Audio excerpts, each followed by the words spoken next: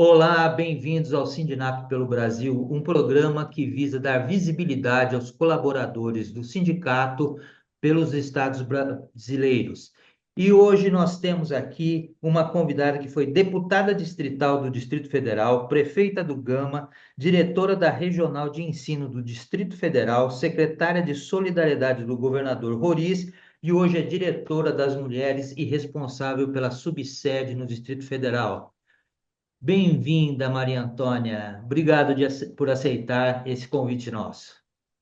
Eu é que honrosamente agradeço o convite e eu inicio esse podcast cumprimentando toda a diretoria, todos os companheiros, companheiras, em nome do nosso presidente Milton Cavallo.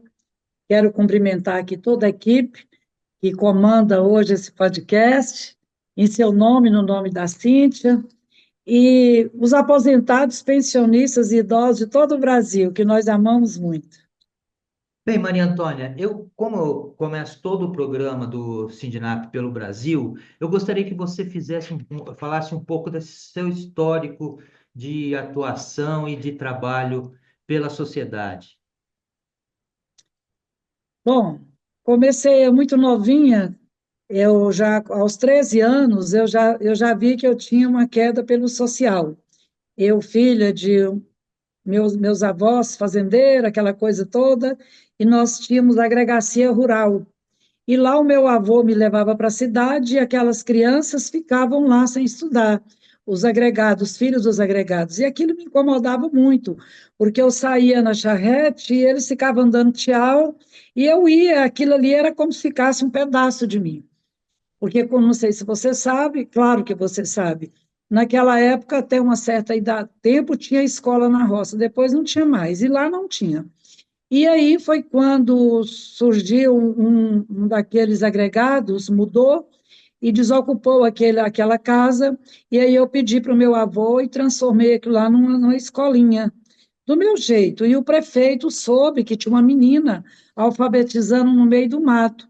E um dia, com muita alegria, eu recebi a visita desse prefeito, e ele falou comigo que ia fazer um grupo para mim, que com 30 dias ele ia fazer um grupo. E, na realidade, com 20 e poucos dias, ele fez esse grupo escolar, me contratou, só que eu não sabia que eu era contratada com 13 anos de idade, por isso que eu aposentei tão nova, né? Mas eu já estava muito feliz com o grupo. E aí dei aula uns 3 anos, depois peguei uma pneumonia, de tanto andar naquele sol quente, porque eu trabalhava de segunda a segunda.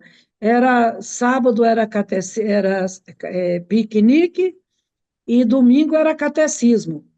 Eu vivia aquilo, né, com muita intensidade. Aí eu adoeci, o médico proibiu que eu não podia mais ficar lá na roça dando aula por causa da poeira e da distância. Aí foi a minha tristeza.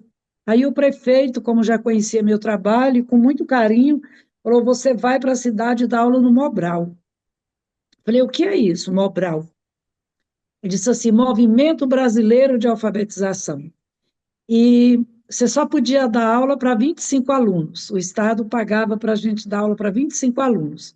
E a minha sala tinha 45. Era a sala, como diz o prefeito, era a mais florida. Ele falava: sua sala é a mais florida. E aos 15 anos de idade, eu recebi uma festa linda. Eu fui dar aula e cheguei, só tinha 5 alunos, dia do meu aniversário. Aí eu fiquei muito chateada, de repente bateu na porta, quando eu abri a porta era prefeito, vereador, sanfona, violão, e era a festa mais linda, foi a festa mais linda, onde meu aluno disse: eu moro naquela serra onde o sol se inclina. Eu, com 45 anos, minha professora é uma menina, né? Então, aí fiquei lá até os meus 19 anos, me casei, e lá não tinha faculdade, lá não tinha uma universidade. E eu queria continuar a estudar. Aí eu mudei para Brasília, cheguei aqui, logo entrei na fundação, naquela época chamava Fundação Educacional, fiz um contrato temporário, fiz 90 pontos, uma prova oral, coisa de Deus, né? E entrei, já comecei a dar aula, dei aula durante de maio a dezembro no contrato temporário, voltando em abril, já concursada, voltei para a mesma escola, fiquei lá, eu já fui promovida a vice-diretora, diretora, Aí fui para a faculdade, fiz pedagogia no CEUB, fui aluna do nosso querido CEUB, fiz pedagogia, fiz administração, e aí recebi como presente a direção de uma escola. Aí fui para o Rio de Janeiro fazer uma pós-graduação, Brasília ainda não tinha pós-graduação. Aí fiz uma pós-graduação pela Castelo Branco. Aí voltei e já ganhei o cargo de diretora regional de ensino. Eu fui comandar 3 cidades, Gama, Santa Maria e Recanto. E lá eu criei um projeto que até hoje eu tenho muito orgulho, que é o transporte escolar gratuito. Hoje esse projeto está no mundo todo. Você deve saber, onde não tem escola, vai o ônibus. E isso barateou muito custo, né? Porque você tem a escola na sua porta. E esse projeto, se eu ainda não tivesse, se eu já tivesse feito direito, eu teria patenteado, mas eu não patenteei, né? Então, esse projeto todo está no mundo todo. A China ficou aqui um mês fazendo esse projeto, e foi muito bom, e muitas outras coisas, mas eu vou deixar você direcionar os trabalhos. Mas eu sei que houve realmente outros projetos aí que você desenvolveu durante esse período aí de trabalho junto à Secretaria de Educação do Distrito Federal, né? Não foi só isso daí, não. Um deles foi o Centro de Ensino Especial, que hoje é modelo no Centro-Oeste. É um trabalho maravilhoso, e eu consegui com o presidente Collor. Na época ele era presidente da República, e pelo trabalho que eu fazia na escola, ele me convidou. Ele tinha um programa que, tomando café com o presidente. E a minha escola era escolhida. E numa dessas visitas ao palácio, eu pedi para ele o Centro de Ensino Especial, uma vez que, como diretora de escola, eu podia sentir na pele quantos alunos nós tínhamos de alunos especiais, e naquela época não se falava em inclusão, era muito exclusão. Sim. Quem tinha um filho especial sabe o que eu estou falando, como era o sofrimento. E o presidente Collor nos deu de presente, naquela época, para a cidade do Gama, o Centro de Ensino Especial, que está aí até hoje fazendo um grande sucesso. Aí eu me aposentei e fui para a Câmara Legislativa. Eu trabalhei lá 12 anos assessorando um deputado, aprendi muita coisa, foi muito bom. E então o Roriz me convidou para ser secretário de Estado de Solidariedade. E foi um trabalho maravilhoso. Tivemos a oportunidade, nessa secretaria, criarmos o pão, o leite, a cesta básica e o Bolsa Família, que foi criado pelo Roriz. E eu tive a oportunidade, como secretária, de colocar esse Bolsa Família em nome da mulher. Naquela época eu já defendia as mulheres, tá? Naquela época, porque eu ainda era assim, muito jovem, né? E Uhum. nós colocamos a Bolsa Família, o lote, no nome da mulher. Foi um trabalho assim Quer maravilhoso, dizer, e que hoje no início era em nome do homem, né? Da família. era em nome do homem. Só que o homem, eu que andava muito no estrutural, quem conhece Brasília sabe o que eu estou falando, né? São uma cidade satélite. E tem Brasília e tem a cidade satélite. E o Roriz criou a Estrutural, Samambaia, Recanto das Emas, Arapuanga, Itapuã, e aí vai. E no dia que saía essa Bolsa Família, Renê, era muito. Eu ia visitar as cidades, e lá estava os pais, ao invés de comprar o alimento, levar para os seus filhos, estavam no boteco tomando uma. E aí foi quando eu fiz essa observação. Nós não tínhamos ainda a tecnologia que vocês têm hoje para filmar, para mandar uma foto. Não, não, era boca mesmo. Aí eu, governador, olha, o senhor precisa de ver o que está acontecendo. Ao invés dos pais levarem a comida para os seus filhos, estão tomando uma no boteco. E ele, e aí, como é que nós vamos fazer? Eu falei, vamos tirar do nome do homem e colocar no nome da mulher. E nós fizemos isso. E hoje é um sucesso total. As mães, porque eu brinquei assim com ele, governador, o senhor já viu a galinha matar os pintinhos, abandonar os Verdade. pintinhos? E ele não. Falei, então vamos mudar esse. E ele fez um decreto e tirou do nome do homem e passou para o nome da mulher. Você falou uma coisa aí que eu acho que é interessante a gente explicar para os nossos internautas, que quando se fala em Brasília, tem essa ideia de que Brasília é só a capital, né? E tem muitas cidades no entorno. Nesse período que você está falando aí, esse entorno era bastante complicado, a pobreza era muito grande e a infraestrutura era muito pequena, né? Não, Renê, na realidade, nessa época, nem Hum. tinha entorno. Nós tínhamos aqui a cidade satélite, Uhum. porque quando o Roriz foi governar Brasília, ele recebeu do presidente Sarney a missão de povoar Brasília. Tinha que povoar o Planalto Central. E aí foi quando ele começou a dar lote, e deu lote, que veio gente do Brasil todo para cá. E hoje nós temos essa cultura maravilhosa, nós temos gente aqui de todos os estados do Brasil, e formou essa cultura tão rica por termos gente de todos os estados. Depois que povoou Brasília, que Brasília ficou altamente povoada a ponto de causar alguns transtornos de transporte, os problemas que a gente tem hoje de transporte, ou seja, saúde, educação, segurança, essa coisa toda. Aí as pessoas que não, o Ministério Público proibiu, não podia mais dar lote, porque Brasília já estava totalmente povoada, e as pessoas já houve um inchaço.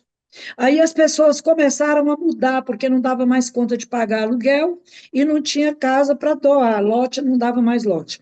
Aí eles foram para o entorno, porque nessa época que eu falo com você, 77, nos anos até 80, só tinha Lusiânia. Hoje, Renê, nós temos novo município de Novo Gama, Valparaíso, Cidade Ocidental, Águas Lindas, Lusiânia virou Santo Antônio do Descoberto virou uma região só. Hoje antigamente a gente falava assim, a Baixada Fluminense. Hoje a Baixada Fluminense perde para o entorno do Distrito Federal. Agora, o que mais nos deixa feliz é a qualidade de vida dessas pessoas. No início, como você bem disse, era muito difícil, era muito sofrimento.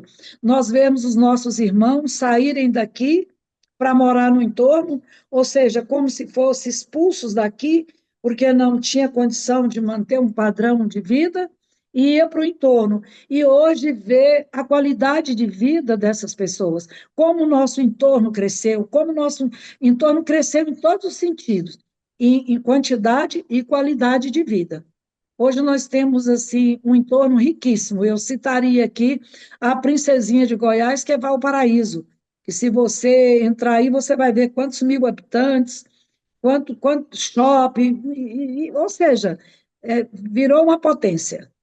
E foi dessa experiência aí que te levou à política mesmo, que você se tornar prefeita em Gama e depois deputada distrital.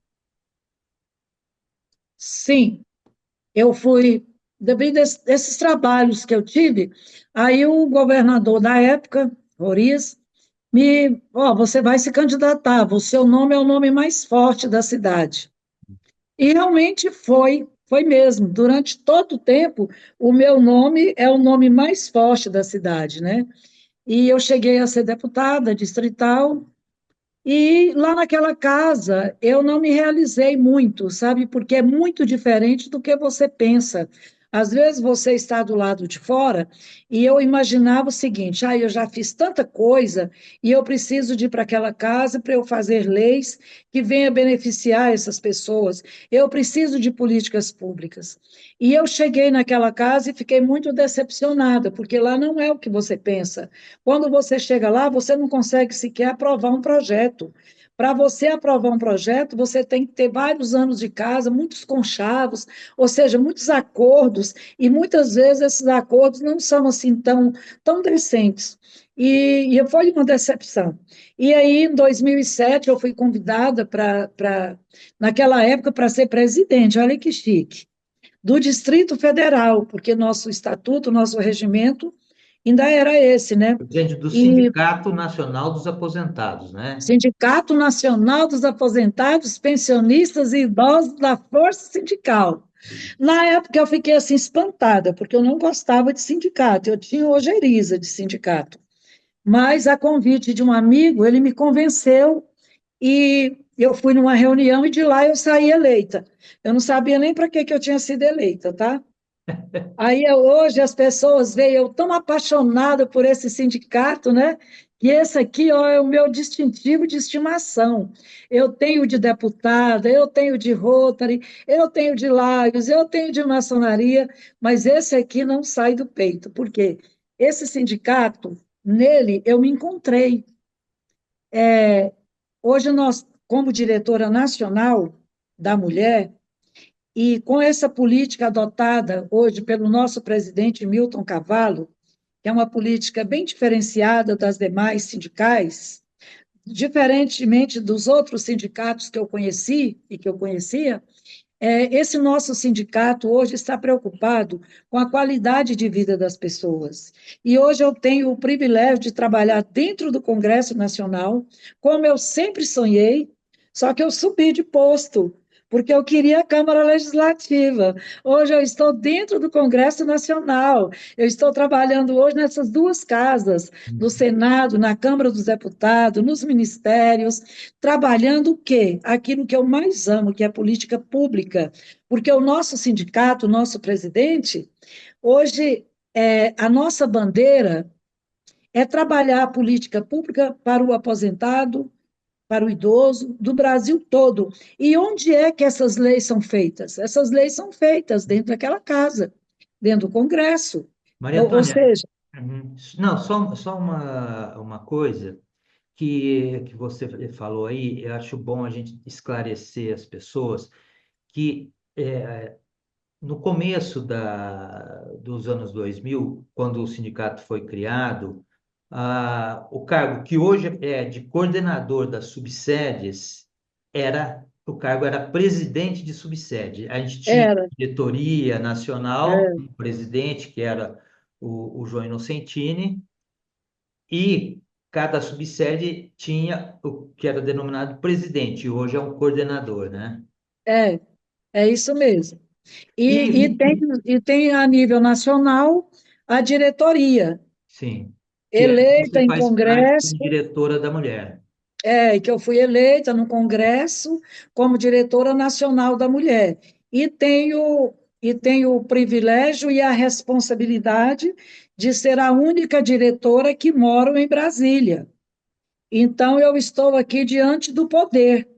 E foi me dado essa missão pelo nosso presidente, Milton Cavallo, para trabalhar dentro do Congresso Nacional com os deputados, senadores, os projetos de lei que venha beneficiar os aposentados, pensionistas e idosos. Mas não é um trabalho nada fácil trabalhar em Brasília, e principalmente como você está trabalhando, porque você não tem um cargo eletivo dentro do Congresso e atua lá dentro com os deputados e senadores. Renê, não é fácil.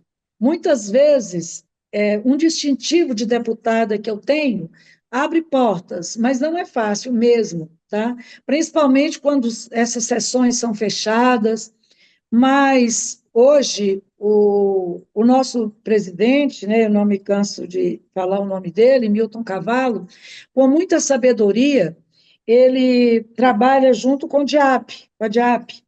E esse departamento, eles fazem um filtro para nós definirmos quais são aqueles projetos que venha beneficiar os aposentados e aquele projeto que pode prejudicar o aposentado. Por exemplo, tinha um deputado, sem aqui citar nomes, que colocou um projeto de lei para acabar com o consignado. E o nosso presidente saiu de São Paulo, aí eu passei para ele veio de São Paulo, tivemos uma audiência com esse deputado e falou: deputado, esse não é um projeto que deve ser colocado em votação, porque isso aí é uma conquista do aposentado. Cabe o aposentado decidir se ele quer fazer um empréstimo ou não. E é uma bandeira também do nosso sindicato está atuando nessas frentes para defender o aposentado, Por exemplo, se tem um consignado com juros exorbitantes, o nosso sindicato está aí atuante. Então, a DIAP nos dá esse filtro e nós trabalhamos aqueles projetos que são para o bem, por exemplo, o projeto 1468, do deputado Pompeu de Matos, que dá ao aposentado quinquênio. Esse projeto, nós trabalhamos ele incansavelmente. Dentro de todas as comissões, ele está na CCJ, e nós sabemos que não é fácil, mas o nosso presidente disse assim: falei, presidente, esse projeto é muito difícil, ele não vai passar. Ele disse assim, diretora, se fosse fácil, não precisava do nosso trabalho. É Falei, tudo verdade. bem, presidente, vamos para a luta. Bom, E nós só para estamos esclarecer, bastante esperançosos que esse projeto passe. Talvez não agora, no momento que nós estamos vivendo de contenção de gastos, mas quem sabe um projeto para o futuro. isso, é só para esclarecer, o DIAP é o Departamento Intersindical de Assessoria Parlamentar. E esse projeto que você está falando aí, o quinquênio, ele dá 5% de reajuste aos aposentados a cada 5 anos de aposentadoria. E ainda Isso, está isso. em tramitação, né? Está na CCJ. Uhum. Já saiu da Comissão de Finanças. Você estava falando aí do seu trabalho, e agora nós temos uma situação complicada, porque o governo está discutindo aí os cortes de orçamento e, de certa forma, a Previdência ela entra também na discussão, embora o próprio presidente já tenha dito que aquela proposta de desvincular os benefícios do INSS do salário mínimo não vai prosperar. Foi uma garantia do presidente da República, e o ministro da Previdência, Carlos Lupe, também disse ontem, e está na imprensa toda hoje, que a Previdência não sofrerá cortes, mesmo tendo esses cortes todos no orçamento e que vão afetar vários ministérios. Como é que está essa discussão aí? É uma discussão acirrada, como você e todos estão acompanhando, enquanto os ministros Haddad e Tebet lutam no corte de gastos, nós temos a nosso favor o presidente da República e o nosso ministro.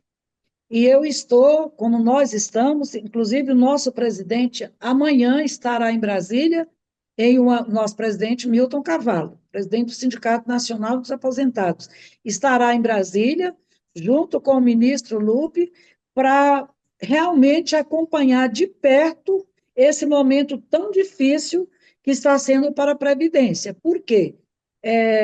Hoje nós sabemos que o sonho de todo mundo era o corte, ou seja, tarifar as grandes fortunas. E muitos insistem em cortar os mais humildes, o social. E ainda bem que nós temos um presidente da República e um ministro da Previdência e um presidente do INSS bastante sensíveis à nossa causa, até porque eles sabem que o Sindicato Nacional dos Aposentados, que hoje é o maior sindicato da América Latina, e eu não falo maior só em tamanho, não, em qualidade, em serviço prestado, estar atuante, aguerrido. Eles sabem, ó, dia 20 de agosto passado, nós mostramos a nossa força dentro do Congresso Nacional. Nós tivemos a oportunidade de mostrar para o Brasil que nós estamos atentos. O Sindicato Nacional dos Aposentados estava lá entrincheirados, dizendo não à reforma da Previdência como querem. Então, Renê, eu acredito que o presidente da República, Lula, o ministro Lupe, Stefanuto, sabem o peso do Sindicato Nacional dos Aposentados e sabe que nós vamos estar diuturnamente lutando em defesa dessa categoria. Maravilha. Bom, e agora vamos mudar um pouquinho de assunto, porque na semana que vem você Hum, vai estar no Rio de Janeiro, junto com a diretora de Assuntos Internacionais do Sindinap, a Andréa Gatto, a diretora de Anistia, a Eunice Luz, lá de Porto Alegre, o diretor de Assuntos Jurídicos, o Raimundo Nonato, que é carioca, e a Rose, a Maria Roseli, que é responsável pela subsede Santa Catarina e é nossa diretora executiva para a reunião do G20, né? Eu sei que você já esteve, já participou de outros encontros, internacionais que discutem questões que envolvem toda a população do planeta, como o COP20 no Peru, que você esteve. Como é que é agora, como é que você vê agora a realização desse COP20 e a sua participação e desses diretores nesse debate? Olha, o G20 foi criado em 1999 com a finalidade de discutir a crise financeira global. E eu acho que o momento é mais propício do que, eu diria, será que hoje não está até pior do que em 99? Mas um dos assuntos, Renê, que primeiro eu estou assim com muita expectativa. Primeiro foi escolhido um grupo assim, não menosprezando e nem diminuindo os demais, mas um grupo assim muito seleto para estar nesse G20 agora, de 2024. Então, é um grupo assim que eu tenho certeza que representará muito bem o nosso sindicato. Nós sabemos que é uma discussão assim bastante de alto nível, são os países mais ricos que estarão lá, e um esquema de segurança altíssimo, como você muito bem disse, eu participei da COP20 no Peru, eu participei do Fórum Social Mundial na Tunísia, participei de outros seminários também, no Paraguai, outros mais, mas nós temos um assunto muito sério para discutir, que é o clima, porque na COP20, no Peru, quando eu falava, eu dialogava com o presidente do Panamá, parecia que nós estávamos falando uma outra língua, nós estávamos no outro mundo. Tá? Por quê? Ninguém quer mandar a contrapartida. Todo mundo acha que nós temos que conservar a Amazônia, preservar a Amazônia, que a Amazônia é o pulmão do mundo. E o que é que está vindo de contrapartida para o Brasil? Porque Exatamente. lá tem crianças com fome, lá tem pessoas, lá tem índio, lá tem pessoas precisando, as minorias precisando. E nós estamos aqui cuidando do planeta e eles, a contrapartida é nada. Então, eu acredito que esse assunto será um assunto assim de grande discussão. Nós vamos participar, porque dentro do G20, o presidente e a primeira-dama criaram o G20 social, porque o nosso Brasil é um país que preza pelo social, que está atento, nós estamos atentos ao social.